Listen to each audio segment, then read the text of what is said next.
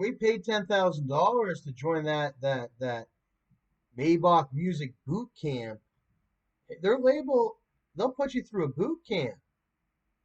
And I'm lucky we were young enough to go through this boot camp because it was one of the hardest boot camps I've ever been through. Was this Maybach music boot camp? Okay, and you have to pay. Well, I think you could go to the boot camp anywhere around, but not like we went to the boot camp. 1 second, let's get to the boot camp here.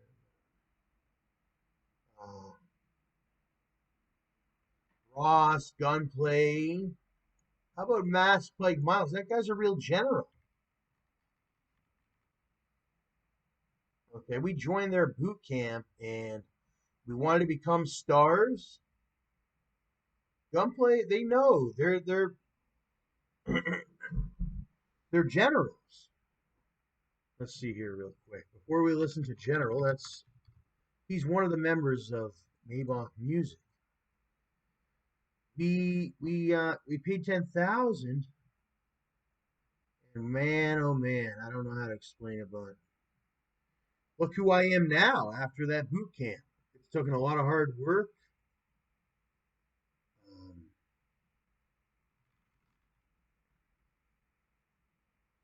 A lot of hard work.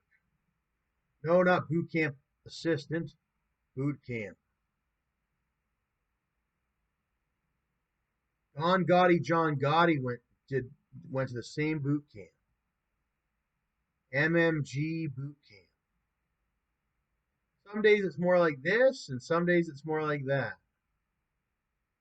On MMG's virtual boot camp, but sometimes it's more than virtual, and some of them come up and get right in your face like that and do the yelling.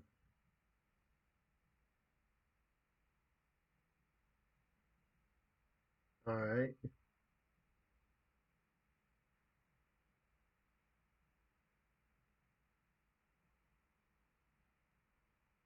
Yeah. The Maybach Music Group.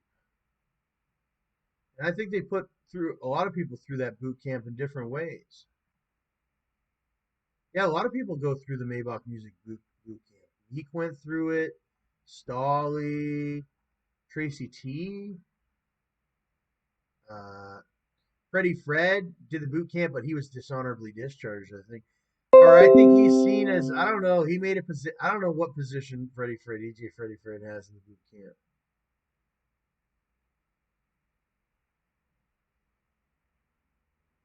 But he was right behind me one day. He's still part of the boot camp. He's still part of Maybach Music because hey, his brand popped off once with us. It's bound to pop off again. I know that's how Ross thinks because I think the same way. Like that DJ Freddie Fred was part of the package that me and Gotti, when we invested and joined the boot camp. DJ Freddie Fred, he's not any of these guys. He's hard to find. He's on this one video with Gunplay and all that.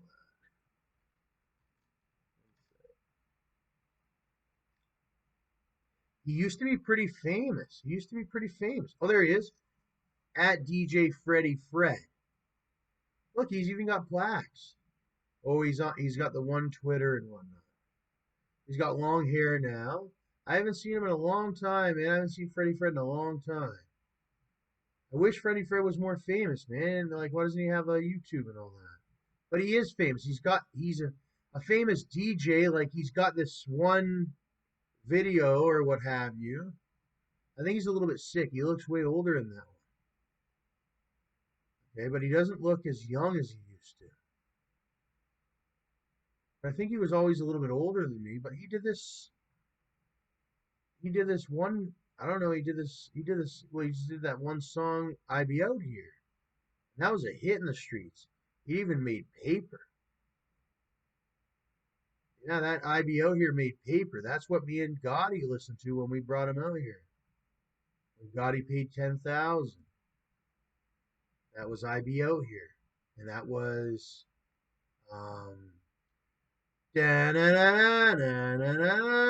with the remix by Gunplay. That's what we paid the 10,000. We wanted to be in the video with these guys. Yada yada. My brother especially. I was behind the camera all the time. I was more of a behind the camera, almost like a story of a French Montana. I was behind the camera, and I didn't really. And then there was a couple photos. I didn't have no desire to be on the camera in the beginning. And then my brother and some other ones grabbed some photo and video of me, and I looked good. I was like, damn. And my stuff just took off. I didn't want to even be on video. And then it's just naturally like I'm a flamboyant bragger of a person, and what other career would be better than this entertainment thing? Like, I don't know. So it just fit. But Freddie Fred, man, I remember him on the MacBook. He's been my motivation. Now I have my own MacBook. It's not the new one, it's the Air. But I remember him in the studio with Alias Don Million over at Fawn's studio in Toronto. Fawn's. Actually, me and Freddie Fred, I wish there was a better picture of him. I know he's having fun in that. There's probably more. Me and Freddie Fred know each other from back in the day. Vineyard Community Church. That's what he told Gunplay, and my brother was like, hey, do you know that guy over there? And I wasn't sure all the way. I remember him with the spiked up hair, and he used to perform at Vineyard. He was a DJ for Vineyard Community Church down in Cape Coral when I used to live down there. And then it would just so happen the years went by, I had moved back to Canada, and I didn't know this DJ Freddie Fred guy was the same guy from church. Because I remember in the bathroom, me and him met in the bathroom. We were washing our hands and whatnot. And he says to me when I was washing my hands, he was talking about how because he had just performed or whatnot, and so happened to be in the bathroom. We were both washing the hands at the same time. And he had said, oh, so-and-so, he's making it big with the music or something like that. And he motivated me. Because he knew I was thinking about money. Because I used to go in there and eat bagels, whatnot. But yeah, somehow God, he said the right thing to me that interested me when it came to like money and wealth and because everything is about volunteering at church, which was great in its own way. But then when you left church and you went home, you may have desires that, well, the church lays the foundation for you to go and you learn everything you need to get everything that you desire in life.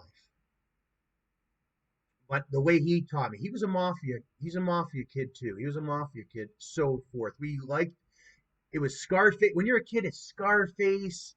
It's especially the game that just came out. I don't know. That's what I was thinking. The way he said it, it came across good. And there was a lot of things that the normal ones said too, because I wouldn't consider him a normal. I consider him sort of he's a star. He's a certain star. What's that, DJ Freddie? Because I'm not a normal one either. And there's nothing wrong with the normal ones. We love our normal ones. Those are the ones that are, the Bible. It just so happened I grew out to be more than that normal. Well, what's this? DJ Freddie Fred Gunplay. I guess I could play his clip in the beginning. Because I think there was something else I wanted to play. Oh my gosh, DJ Freddie Fred at Vane nightclub with Gunplay. I never seen this one 10 years ago.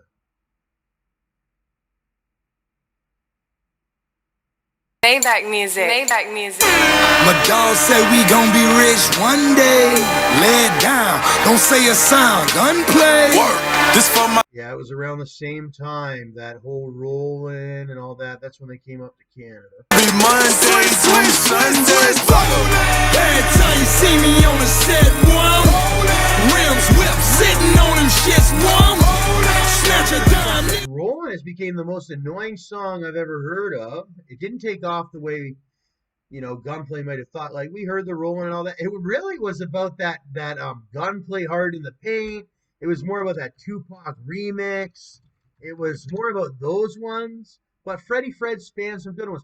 Like, he did perform Ham in the Trap when he came to Canada, which was dope and all that. And that was part of the boot camp, right? We've gotten to this point now, but I don't want to hear no more Rollin'. We like his new stuff and all that, and who knows? But what is this, Masspike General? Yeah, to end the boot camp off, we also got taught by Masspike the General. Jordan Tower Films.